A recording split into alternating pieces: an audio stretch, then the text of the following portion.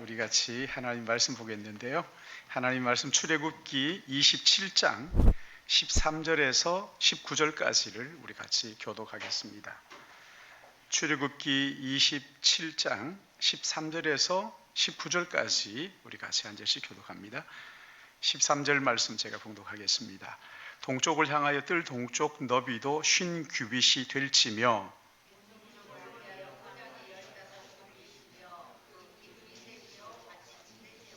문 저쪽을 위하여도 포장이 15규빗이며 그 기둥이 셋이요 받침이 셋이며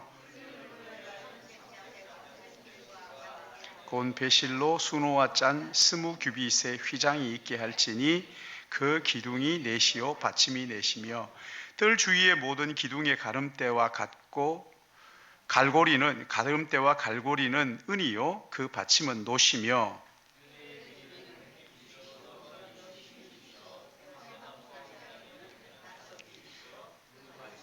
같이 보겠습니다. 성막에서 쓰는 모든 기구와 그 말뚝과 뜰의 포장 말뚝을 다 노스로 할지니라. 아멘.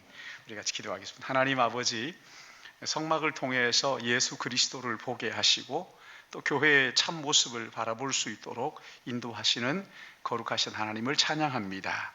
주님, 이 시간 우리가 성막 문에 대해서 생각할 때 성령께서 우리 안에 오셔서 말씀을 깨닫게 하시고 예수 그리스도를 우리에게 주신 구원의 은혜가 얼마나 크고 놀라운지를 깨닫고 감사하고 찬양하고 아버지 어떤 마음으로 왔든지 말씀 듣고 돌아갈 때 기쁨 가득한 얼굴을 가지고 돌아갈 수 있도록 그 마음을 성령께서 인도하여 주시옵소서. 아버지 하나님, 부족한 종을 또 말씀 들고 세우셨사오니 이 한 시간 하나님의 마음을 가지고 온전히 하나님의 말씀만 대언할 수 있도록 도구로 사용해 주실 것을 간절히 바라고 성령 하나님 인도하여 주시고 붙잡아 주시고 입술에 말씀의 파수꾼을 세워주시어서 하나님의 말씀만 대언할 수 있도록 도와주시옵소서. 한 시간 주님 앞에 의탁합니다. 주님 은혜 베풀어 주옵소서. 예수님의 이름으로 기도드리옵나이다. 아멘. 아멘. 여러분 추석 어떻게 잘 지내셨습니까? 예. 저희 가족도 정말 오랜만에 일가 친척들이 전부 다 산소에 모여서 11시에 예배를 드리고 그리고 이제 친척들을 찾아보고 같이 교제를 하고 하는데 저희 그 작은 아버님이 목사님인데요.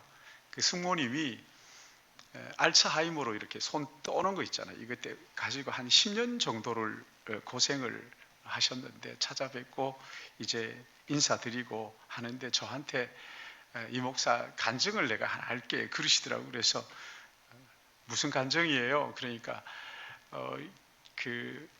목회할 그때에 집에 세탁기가 고장이 났다는 거예요. 그래서 그 목사님한테 이제 남편한테 이제 세탁기를 하나 사달라, 세탁기 하나 바꿉시다. 그러니까 자꾸만 아껴서 쓰고 절약하고 해야지 왜 그렇게 또 살려고 그러느냐. 그래서 아니 세탁기가 고장이 나서 빨래를 할 수 없는데 손으로 하면 되지. 이불 빨래는 어떡하냐고 발로 밟아서 하라고 그렇게 이제 얘기를 했더니 그러니까 그 얘기를 하니까 너무 화가 나가지고 방에 혼자 들어갔대요. 들어가서 문 걸어 잠그고 하나님 앞에 기도하기를 하나님 제가 이 목사한테 시집을 와가지고 이렇게 죽도록 고생을 하는데 이 세탁기 하나 안 바꿔줍니까? 아무것도 없는 목사한테 시집 와가지고 얼마나 지금까지 이게 무슨 고생이냐고 그렇게 하고 막 펑펑 울었다는 거예요. 한참을 울고 있는데 너무나 분명하게 소리가 들리더랍니다. 무슨 소리가 들렸나 그러니까 너는 고생만 하고 아무것도 얻은 게 없다고 했는데 세탁기보다 훨씬 더 값진 것을 받지 않았느냐 그러더라는 거예요. 그래서 아니 그게 뭐예요? 그러니까 너 예수 믿고 구원받지 않았느냐? 시집 와서 예수 믿고 구원받지 않았느냐? 그런데요. 그 얘기를 듣는데 그 서러움의 눈물이 기쁨의 눈물로 바뀌어가지고 펑펑 울면서 그때부터 마음속에 원망과 불평이 사라지고 나 기쁨의 눈물을 흘렸다고 그렇게 간증을 하는 것을 제가 들으면서 참 그렇지 우리가 여러분 이 땅에 와서 아무것도 없이 왔는데 하나님께서 구원의 은총, 얼마나 큰 선물을 허락해 주셨는지. 우리는 지금 이스라엘 백성들이 그 고달픈 애굽에서의 노예 생활에 벗어나서 약속의 땅으로 가는 길에 시내산 광야 앞에서 1년을 머물면서 하나님과 사랑 언약을 맺은 이야기를 지금 같이 살펴보고 있어요. 하나님께서 그 사랑 언약을 맺으시면서 두 가지를 선물로 주셨는데, 하나는 십계명이고 또 하나는 오늘 여기 성막입니다. 이것을 선물로 주셨어요. 근데 성막이 왜 우리 삶에 중요하냐? 여러분, 이 성막은 앞으로 그 이루어질 교회의 모습이고, 그리고 우리가 영원히 돌아갈 본향 천국의 모습을 보여주는 모형이기 때문에 그런 거예요. 하나님 모세를 시내산 꼭대기로 부르시고는 십계명과 함께 이 성막의 설계도를 허락해 주셨어요. 이 성막은 직사각형으로 되어 있는데 한쪽 길이가 50m, 폭이 25m, 그리고 그 담의 높이, 울타리의 높이를 2m 50. 그래서 그 안을 재보면 우리식의 평수로 설명을 하면 약 400평 못 되는, 378평 되는 그런 공간이 여기에 나오는 거죠. 그리고 그 안에 22평 되는 성소와 지성소가 있었어요. 오늘 우리가 읽은 이 본문은 성막으로 들어가는 문에 관한 말씀이에요. 여기 13절 말씀을 다시 한번 더 읽어볼까요? 13절 같이 봅니다. 시작. 동쪽을 향하여 뜰 동쪽 너비도 50규빗이 될 거예요. 동쪽에 50규빗의 그러니까 25m 넓이가 되는데, 그런데 거기다가 문을 하나 세우라고 말씀하시면서 14절 말씀 보세요. 이 문 이쪽을 위하여 포장이 15규빗, 문 기둥 셋, 받침 셋 세우고 문 저쪽을 위해서도 포장이 15규빗이며 그 기둥이 셋이요 받침이 셋이며. 무슨 말이냐면 그 25m의 그 쪽에다가 문을 하나를 내는데 그 문 양쪽에다가 7m 50, 7m 50을 비워놓고, 그리고 그 중간에다가 10m의 문을 만들어라는 거예요. 10m의 문. 여러분, 문이 10m면 얼마나 어마어마한지 아세요? 천막을 치고 그 10m 문을 만들어라. 여기에 보시면 16절 우리 같이 한번 보십시다. 16절 봅니다. 시작. 뜰 문을 위하여는 청색, 자색, 홍색 실과 가늘게 꼰 배실로 수놓아 짠 20규빗의 휘장을 있게 할지니 그 기둥이 넷이요 받침이 넷이며. 기둥 4개를 세워가지고 거기 천막을 치는데 그 천막을 어떻게 만드느냐? 청색, 자색, 홍색 실, 그리고 가늘게 꼰 배실은 흰색을 말하는 거예요. 흰색 세마포, 흰색 실로 수놓아 짠 20규빗, 그러니까 10m의 문을 만들어라. 그리고 성경을 보면요, 그 성전의 문에 들어가는 사람들은 기쁨이 넘쳤다. 시편 100편 4절을 보니까 감사함으로 그 문에 들어가며 찬송함으로 그 궁정에 들어가서 그에게 감사하며 그의 이름을 송축할지어다, 이렇게 말씀을 했어요. 그러니까 왜 그 이스라엘 백성들이 성막 문을 들어가면서 기뻐하고 즐거워하고 감격스러워했을까? 그 문에 들어가면서 찬송하고 감격과 기쁨으로 하나님을 높이고 왜 그렇게 했을까? 첫 번째 이유는요, 바로 그 문은 아버지를 거역하고 떠난 자녀가 돌아오기를 기다리는 아버지가 거기에 계셨기 때문에, 그 문에는 하나님 아버지가 그 문에서 기다리고 계십니다. 여러분, 이 문이 어느 쪽으로 냈다고 얘기해요? 동쪽이죠, 동쪽. 근데 창세기에 보시면 13절에 여기 동쪽으로 문을 세우라. 왜 동쪽으로 했을까? 창세기 3장 24절을 보시면 아담과 하와가 하나님 앞에 범죄하고 에덴 동산에서 쫓겨났을 때 어느 쪽으로 쫓겨난지 혹시 아십니까? 동쪽으로요, 동쪽.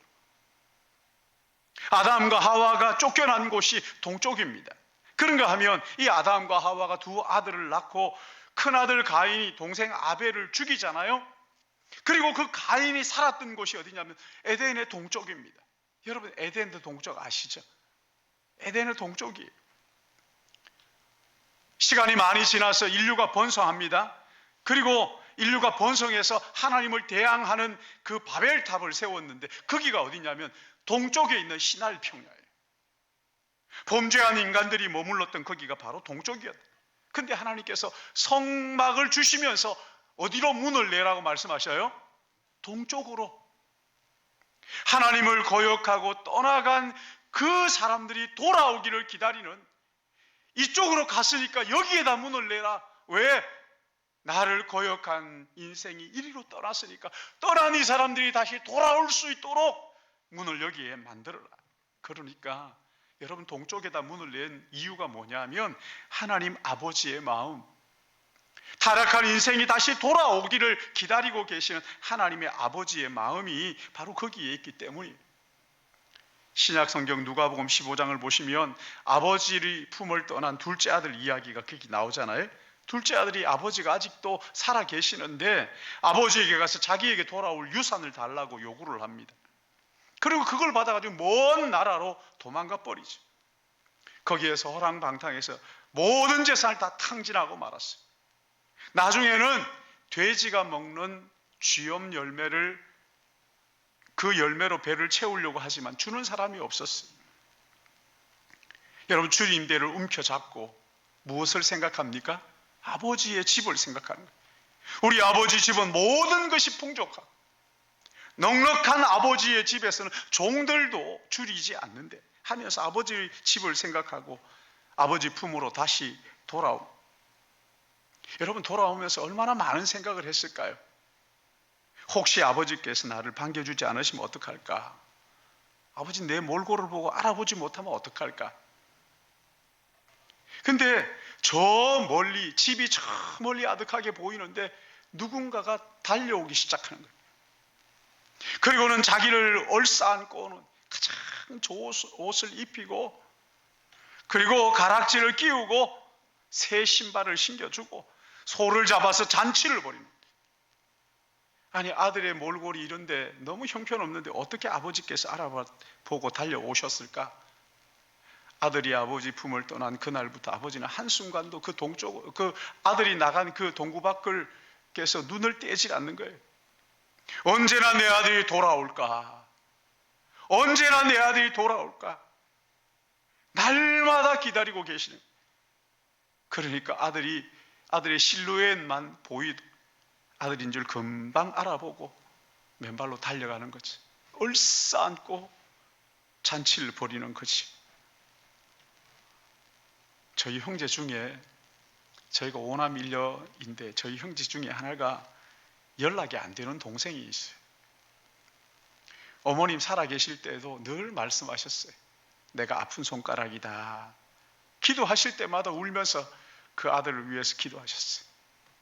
이번에 그 명절이어서 가서 친척 집에 갔더니만 우리 같이 기도하고 막 찬송하고 기쁘게 이제 그렇게 찬송하고 하는데, 제가 기도하고 삼촌 기도하십시오 그랬더니만 기도하시면서 한참 기도하시다가 그 연락이 안 되는 동생 이름을 부르면서 펑펑 우는 거예요.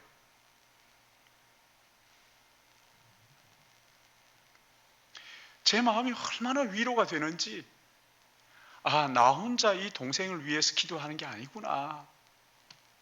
그리고 작은 집에 갔더니만 작은아버지도 제가 이제 기도하고 작은아버지 기도해 주세요 하니까 기도를 하는데 펑펑 울어요.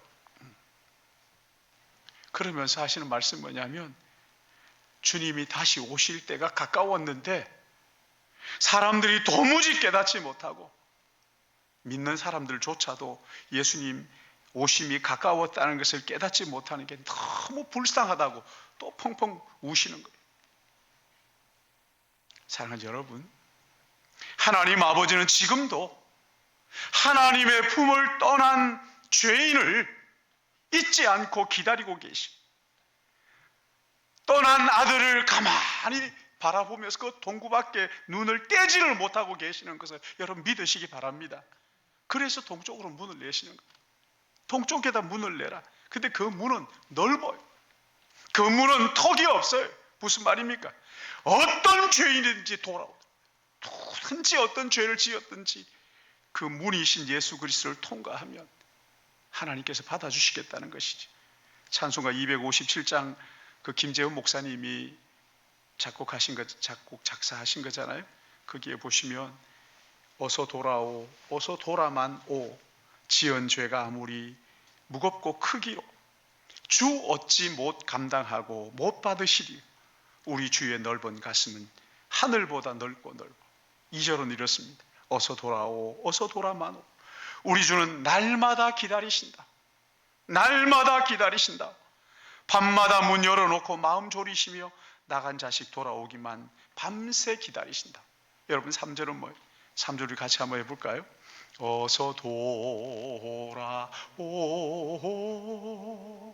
어서 돌아만 오. 채찍맞아 아파도 채찍맞아 주님의 손으로 주님 때리시고 어루만져 위로해 주시는 때리시고 어루만져 위로해 주시 우리 주의 넓은 품으로 어서 돌아오 우리 주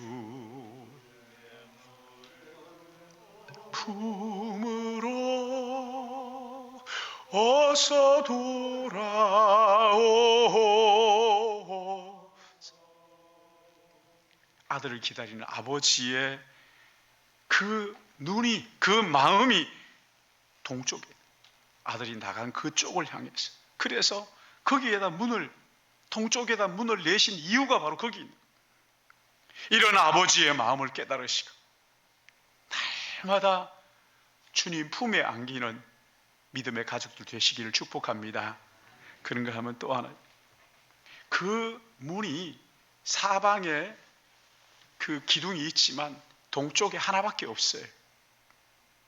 이스라엘 백성들이 움직일 때요 가장 먼저 성막을 접었어요. 어느 곳에 머물든지 거기에 가장 먼저 성막을 쳤어요. 근데 그 사방이 있지만 사방의 문을 하나밖에 여러분 보세요. 동서남북 사방에 3개씩 지파들이 있었다고요. 근데 이 3개씩 지파가 있는데 공평하게 한다면 어떻게 해야 됩니까? 문을 몇 개 만들어야 되는 거예요? 4개를 만들어야죠. 4개를 만들어야죠. 모든 족속들이 다 드나들 수 있도록. 근데 문은 하나밖에 없어요. 유일한 문이에요. 다른 어떤 문도 허락하지 않으셨어요. 이유가 뭔가요? 여러분 하나님의 문은 하나님을 만나는 문은 오직 한 길 외에 다른 어떤 길도 주시지 않으셨다는 거예요.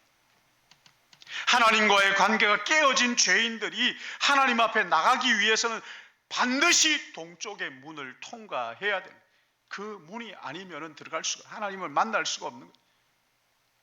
그리고 성전 문을 뭘로 만들으라고 하시느냐면 여기 16절 보십시오.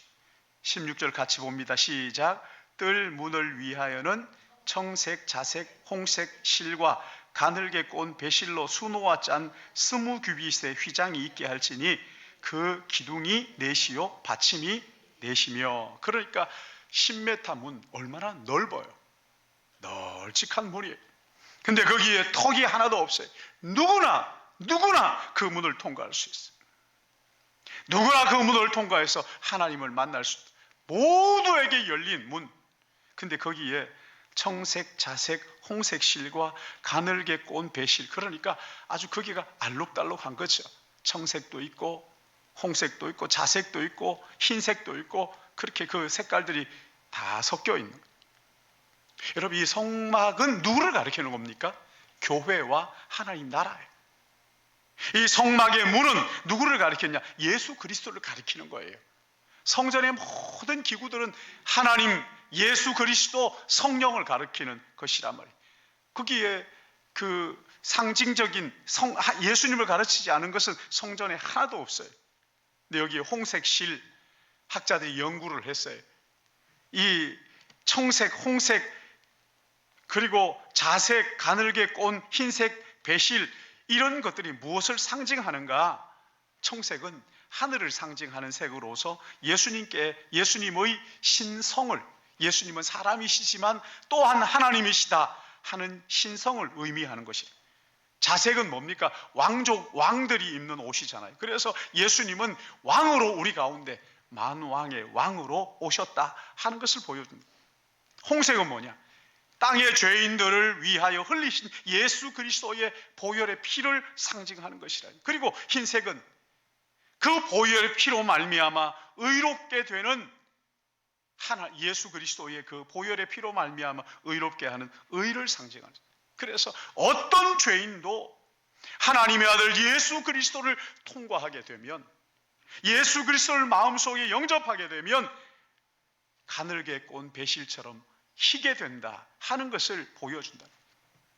여러분, 시간이 많이 지난 다음에 신약 시대에 와서 세례 요한이 예수님이 지나가는 것을 보고는 뭐라고 얘기합니까? 보라, 세상 죄를 지고 가는 하나님의 어린 양이로다, 이렇게 선포를 합니다. 예수 그분이 우리의 죄를 대신 짊어지시고 십자가에 죽으심으로 우리의 모든 죄를 용서해 주시는 분이라는 것을 세례 요한이 선포한 것이죠.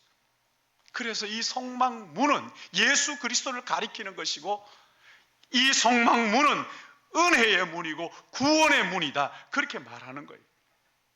어떤 죄를 범하였든지 이 성막문 예수 그리스도를 통과하면 용서받는다는 거예요.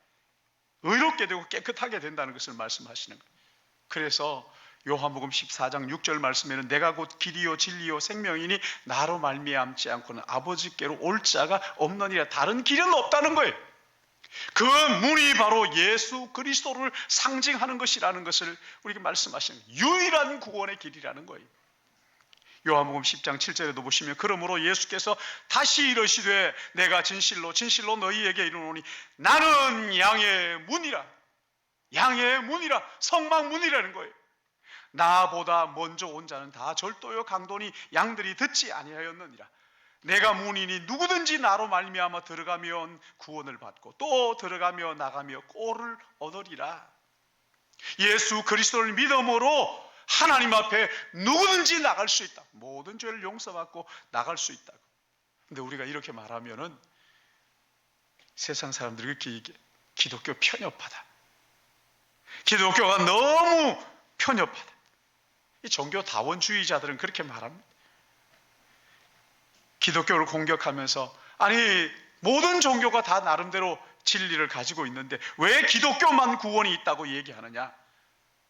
높은 산에 올라갈 때, 여러분 이게 종교 다원주의자들이 말하는 거예요. 높은 산에 올라갈 때 여러 갈래 길이 있지만 결국 올라가면 한 정상은 하나이지 않느냐. 여러분 여기에 속으면 안 됩니다. 모든 종교가 진리를 가지고 있지만 길이 좀 다를 뿐이다. 아닙니다. 그렇지 않아요. 성경은 그렇게 말하지 않아요. 그러면서 기독교가 편협하다. 그래서 기독교는 십자군 전쟁을 일으켜가지고 이 세상의 화평을 깨뜨리는 자들이라고 그렇게 막 몰아붙이고 얘기하는데, 성경은 예수 그리스도의 십자가와 부활을 통해서만 구원이 있다고 말씀합니다. 우리가 잘못한 죄를 누군가가 대신 짊어지고 그 죄의 대가를 지불하지 않으면 이 죄는 절대 없어지지 않는다고 우리에게 그렇게 말씀을 하셨어요. 죄의 값을 치르는 십자가가 없고 다시 살아나는 부활이 없으면 완전한 구원이 우리 가운데 이루어지지 않는다는 거예요. 여러분, 다른 종교에 십자가 있는 종교가 어디 있어요? 부활에 있는 종교가 어디 있어요? 십자가도 없고 부활이 없으니까 그건 복음이 아닌 것이지. 종교 간의 화합 말하면서 마치 이 거짓 종교, 이 구원이 없는 종교를 우리에게 강요하고 있는 것을 볼 수가 있어요. 여러분, 이슬람이나 불교는 선행을 통해서 구원받는다고 말하잖아요. 그러나 성경은 뭐라고 얘기합니까? 우리가 태어나기 전 모태에 생기기도 전부터 우리는 이미 죄인으로 태어났기 때문에 어쩔 수 없이 죄를 범할 수밖에 없고 어쩔 수 없이 지옥 갈 수밖에 없다고 말씀하시잖아요.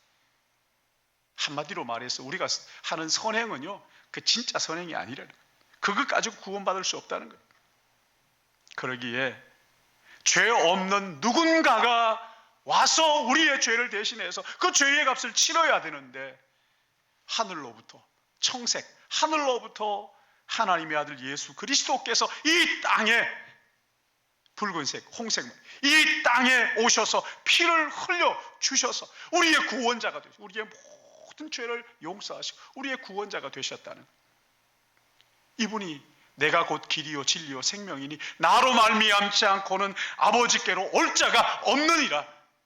진짜 구원의 길은 예수 그리스도밖에 없다고 선포하신 것이지. 근데 이런 기독교를 향해서 독단이다, 배타적이다 이렇게 말해요. 여러분, 진리는 배타적일 수밖에 없어요. 진리는요 독단적일 수밖에 없어요. 여러분 한번 생각해 보세요. 어떤 남녀가 결혼을 했어요. 그 남편이 그러는 거예요. 퇴근하고 집에 와가지고, 여보, 내가 정말 좋아하는 사람, 좋아하는 여자가 하나 생겼어. 근데 당신 사랑하지 않는 거 아니니까 그 여자도 사랑하고 당신도 사랑해. 알겠지? 그렇게 알아. 이렇게 얘기하면 뭐라 그래요? 당장 이혼이죠. 예? 그러면서 막 그러니까 남편이 있다 그러는 거예요. 아내를 쳐다보면서 혀를 차면서, 아니 당신 이렇게 편협하면 어떡하냐고, 이렇게 배타적일 수 있느냐고, 이 독단적일 수 있느냐고. 여러분, 진짜 사랑은 독단적인 거예요. 진짜 진리는 편협한 하나밖에 없는 거예요. 이것도 사랑하고 저것도 좋다. 여러분, 그게 말이 됩니까? 말이 안 되는 거잖아요. 오늘 성경은 우리에게 말씀하시는 거예요. 죄와 사망으로부터 구원받는 길은 오직 동쪽으로 난 한 길, 예수 그리스도 외에 다른 길이 없다고 성경이 말씀하시는 거예요. 다른 길은 없다는 거예요. 여러분, 왜 이렇게 말합니까? 그만큼 자신이 있는 거예요. 하나님이 하나뿐인 아들 예수 그리스도를 내어주시면서까지 그만큼 우리를 사랑하시니까, 그것만이 진짜 진리이기 때문에 그런 거예요. 그렇다고 해서 우리는 타 종교를 막 비방하고 그러면 안 됩니다. 존중해야죠. 그렇죠? 네. 존중해야죠. 긍휼히 여기기도 해야죠. 혹시 그들에게 배울 게 있다면 우리가 그렇게 배우는 것도 마땅하죠. 그러나 영혼의 구원의 문제에 있어서만큼은 여러분, 그런 게 아닙니다. 진리가 뭔지 알아요. 그래서 우리는 기독교의 탁월성이 무엇인지, 기독교가 정말 말하는 것이 무엇인지를 늘 생각하고 알아야 되는 거예요. 진짜 구원의 길이 무엇인지를 알고 분명하게 깨닫고 받아들이는 게 필요하단 말이죠. 하나님은 동쪽 문 예수 그리스도를 믿는 자만이 하나님을 만날 수 있도록 하시겠다. 구원을 위하여 유일한 길을 마련하신 그분, 여러분, 우리를 죄와 사망으로부터 구원하신 그 하나님께서 우리의 삶을 책임져 주지 않으시겠느냐고, 우리의 삶의 모든 문제에 해답을 주시지 않겠느냐고요. 아들을 주시면서까지 우리를 구원하시길 기뻐하신 그 하나님이 어떻게 우리의 삶을 책임지지 않으시겠느냐고. 유일하신 길인 예수 그리스도, 그분을 우리에게 주신 하나님께서 우리의 삶의 모든 문제까지도 해결해 주실 것을 믿으시기 바랍니다. 네. 마지막으로 또 하나 있습니다. 이 성막문을 통과하는 사람은요, 진정한 치유와 회복을 경험하게 됩니다. 여러분, 교회는 죄를 가지고 오는 곳이, 죄를 들고 오는데, 그리고는 십자가 앞에서 죄를 내려놓고 돌아가는 곳이, 문제를 안고 왔다가 문제를 다 해결받고 가는 곳이 이 교회입니다. 병을 안고 왔다가 치유받고 가는 곳이 교회란 말이에요. 이유가 뭡니까? 살아계신 하나님의 집, 하나님을 만나 예수 그리스도의 몸이기 때문에 그런 것이란 말이에요. 복음서를 보시면요, 제자들이 극심한 불안에 떨면서 예수님이 십자가에 못 박히자 예수님을 부인하고 다 도망가 버립니다. 다 떠나버렸어요. 그렇다가 누가복음 마지막 부분에 24장 52절을 보시면은 놀라운 일이 일어나는데 거기에 보시면 그들이 그에게 경배하고 큰 기쁨으로 예루살렘으로 돌아가 늘 성전에서 하나님을 찬송하니라. 이 예수님을 부인하고 도망갔던 그들이 어떻게 돼가지고 도대체 무슨 일이 있었기에 그들이 그에게 경배하고 큰 기쁨으로 예루살렘으로 돌아와서 늘 성전에서 하나님을 찬송하는 그런 삶을 살았던가. 복음서 마지막 기쁨으로 끝나는 것을 볼 수가 있는데 이게 무슨 도대체 어떤 일인가? 예수님께서 십자가에 못 박혀 돌아가셨습니다. 그리고 장사됐어요. 사흘째 되는 날 예수님이 다시 부활하셨어요. 죽음을 깨뜨리시고 다시 부활하셨어요. 그리고 인류가 해결할 수 없었던 이 죽음의 문제를 해결하신 거잖아요. 다시 부활하신 거죠. 죄와 사망의 그 사슬을 끊으시고 우리의 죄의 문제를 해결하시기 위해서 다시 부활하신 거예요. 이 부활의 주님을 제자들이 다시 만난 거예요. 여러분, 그 주님 지금 어디에 계십니까? 이 자리에 계시는 것을 믿으시기 바랍니다. 우리와 함께 하신 거예요. 우리와 함께 하신 거예요. 우리 가운데 계시고 우리의 예배를 받으시고, 그게 얼마나 감격스러운 일이에요. 우리 가운데 계셔서 우리의 기도를 들으시고 우리의 찬양을 받으시고, 그래서 내가 찬양할 때 아무렇게나 하면 안 되는 거예요. 예배 드릴 때 아무렇게나 드리면 안 되는 거예요. 기도할 때 아무렇게나 기도하면 안 되는 거예요. 하나님 살아계시고 바로 여기에 계신다. 이 자리에 계신다. 내가 드리는 이 예배를 받으신 우리의 구원자이신 그 주님, 우리와 함께 하시면서 우리의 영혼을 만지시고 치유하신, 하나님을 만나게 되면 우리의 모든 문제가 해결되는 것을 믿으시기 바랍니다. 예배 시간마다 이 주님을 만나야 하는 거예요. 예배 드릴 때마다 이 주님 앞에서 주님과 대화하고 교제하고 하는 거예요. 우리의 기도를 통해서 주님 만나 주셔요. 하나님 앞에 간절히 예배당에 나와서 기도해 보셔요. 우리의 마음속에 얼마나 그 풍성한 은혜, 세상에 어떤 종교에도 없는 은혜의 이야기들로 가득한 그 은혜의 바다를 경험하게 하신 하나님 앞에 찬양을 드릴 때 찬양 가사 하나하나가 내 마음속에 살아 역사하면서 우리가 주님과 교제하도록 만들잖아요. 하나님의 말씀을 듣는 중에 우리 안에 하나님께 치유와 회복의 놀라운 역사를 이루어 주신 이 주님을 주일마다 예배 시간마다 만나게 되시기를 주님의 이름으로 축복합니다. 여러분, 이 주님과 만나 날마다 교제하고 동행하는 이 기쁨과 즐거움, 여러분 이미 경험하신 분들은 이 치유와 회복의 놀라운 은혜를 이웃들에게 나누는 그런 은혜가 있기를 축복합니다. 성막의 문인 교회, 여러분 이 교회는 하나님 아버지께서 아버지를 거역하고 떠난 아들이 돌아오기를 기다리는 문이에요. 하나님 아버지 집으로 돌아오는 유일한 문이에요. 진정한 치유와 회복이 있는 그런 문이에요. 이런 놀라운 은혜가 우리의 삶에 가득하고 예수 그리스도를 생각할 때마다, 아니 성전을 생각할 때마다 진짜 실체가 되신 예수 그리스도를 생각하고 예수 그리스도를 생각할 때마다 하나님 아버지의 품을 생각하면서 주님과 교제하는 복된 삶이 되시기를 예수님의 이름으로 축복합니다. 하나님 아버지, 성막 문을 통해서 우리에게 보여주시는 하나님의 사랑을 감사하고 찬양을 드립니다. 성막 문을 생각할 때마다 그 넓고 턱이 없고 그 하나님의 사랑이 고스란히 스며 있는 아버지께서 죄로 떠난 죄인들을 기다리시는 그 문, 언제든지 하나님을 만날 수 있는 그 구원의 문, 치유와 회복의 문이신 예수 그리스도를 허락해 주셔서 예수 그리스도를 믿고 마음에 영접함으로 영원한 하나님의 나라를 꿈꾸며 살도록 인도하신 아버지 하나님, 우리가 이 땅에 사는 동안 비록 어려움이 있고 힘드는 순간이 있다 할지라도 예수 그리스도 안에서 하나님을 만나는 소망을 가지고 하루하루 주님과 함께 동행하는 복된 삶이 되도록 은혜 베풀어 주시옵소서. 하나님 아버지, 이 시간 또한 우리 하나님 앞에 나와 예배하며 우리의 삶 전부가 하나님 아버지의 것이라고 고백하며 한 주간 감사하는 마음 가지고 주께 귀한 예물을 구별하여 드리기 원합니다. 또한 우리의 삶을 드리기 원합니다. 우리의 삶을 받으시고 우리를 통하여 영광 받아주실 것을 간절히 바라옵고 예수님의 이름으로 기도드리옵나이다. 아멘. 우리 다 찬양하자, 다 감사하자. 찬양하시